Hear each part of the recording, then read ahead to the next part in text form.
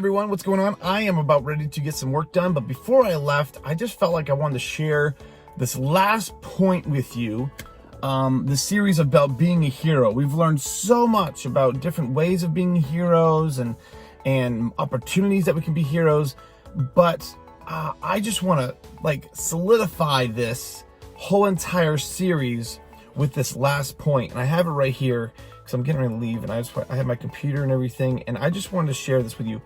Heroes are heroic in ordinary moments. What's an ordinary moment?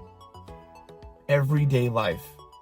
I was watching the movie Thor, and it was when he was, I guess you could say, was arrested after his ship got blown up. All of his people and everyone are just gone. He gets pushed into space. He lands in this dumpster, and then he becomes a captive, and then he has to fight. And lo and behold, he fights the Hulk. And then, of course, they win. They come back together, and they're in Hulk's room, and Thor is having a hard time with this whole thing. He's really upset, and the Hulk is making fun of him. So then they get into this little throwing battle, and the Hulk throws a shield. It lands in the wall, and it's one of those really cheesy moments in the movie because of how it happened. And Thor's laughing, and Hulk's sulking now, and then Thor said some really mean things to him. And then the Hulk, instead of getting more and more angry, his feelings were hurt, goes and sits down, and then Thor apologizes. Now, if I can find that video, I'll show it.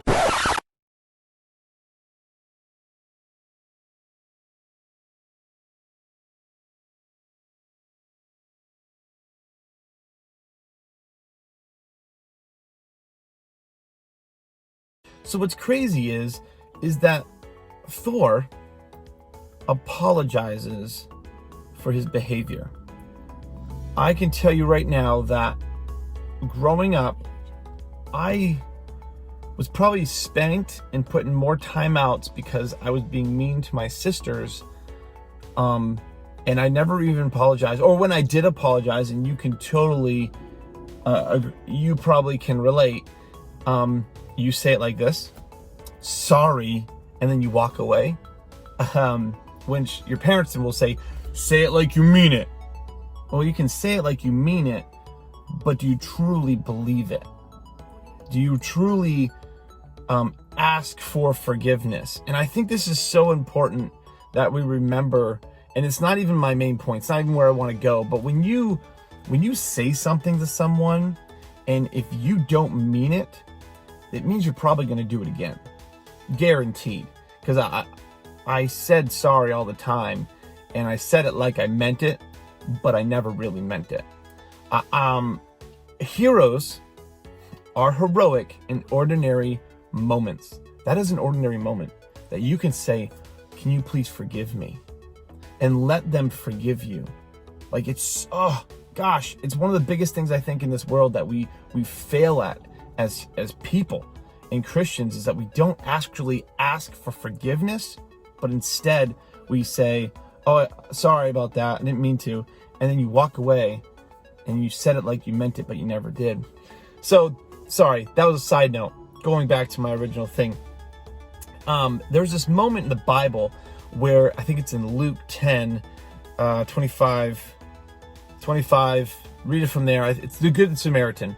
And it's talking about where Jesus is talking with another guy. He's in the law, and in the law of the land and stuff, and he was just trying to figure out, how am I supposed to act to my neighbors, and who is my neighbor, and so Jesus spoke about the Good Samaritan. Then he asked this guy, well, if you were in that situation, what would you consider your neighbor to be? And he said, well, the Samaritan man was my neighbor because he helped the other gentleman.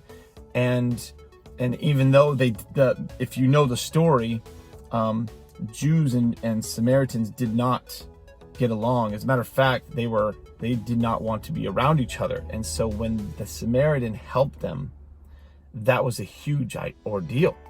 And it just showed that heroes are heroic in ordinary moments. That Samaritan man was a hero in that ordinary moment, helping someone up and just bringing them to a place, even paying for his stay in a hotel. Like, come on, somebody, that's awesome. That's a super heroic moment. And here's the thing, the purpose of that parable was not to show us how we should act all the time. He was explaining to that man that everyone is your neighbor. There is no one that is not your neighbor. You should love the Lord God with all your heart, with all your soul, with all your mind, and with all your strength. And then it goes into saying, love your neighbor as yourself. Love your neighbor the same way, so that the world will keep on turning the way that God intended it.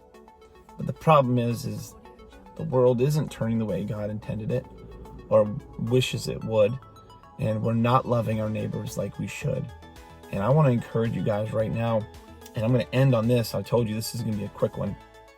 I'm really wanting to push my messages faster because I want to spend more time with you guys personally, and I'll explain that in the end. But I want my desire, and I believe it's God's desire, is for us to be fully devoted followers of Him, to be in love with Him so much that when someone brings something that's not of God, we can identify it like that, and we can say, you know what, it's not of God, but I can love you, and I'll care for you, and I'm going to be a hero because this is an ordinary moment that I can ask for forgiveness, or I can love on someone who's hurt, and it doesn't matter what they're going through. It could be that they're just struggling with school. I was made fun of my whole life growing up in high school, calling me stupid and dumb because I couldn't read.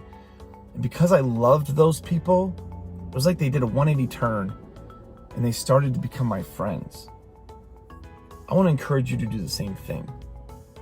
No matter what this world throws at you, no matter what you're feeling, love God with all your heart, with all your soul, with all your mind, with all your strength, and then love your neighbors as yourself.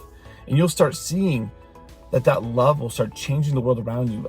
A hero does amazing things, but a real hero are those who are heroic in ordinary moments.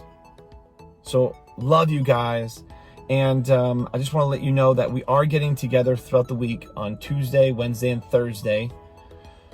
I'm not going to remember the times. Tuesday between I can't remember the times. I'm going to put them below right here. I'll have it scrolling across. But we're getting together Tuesday, Wednesday, and Thursday. And then Thursday nights are 6:30 to 9 o'clock. And anyone can come. Girls, boys, we're all just planning to play basketball. And then Sunday nights from 6:30 to 9 o'clock, we just play random games. We've been playing volleyball. We've been playing dodgeball. We've been playing frisbee. Oh gosh, we've been playing everything. So, hey, love you. I want to connect with you. I want to hang out with you.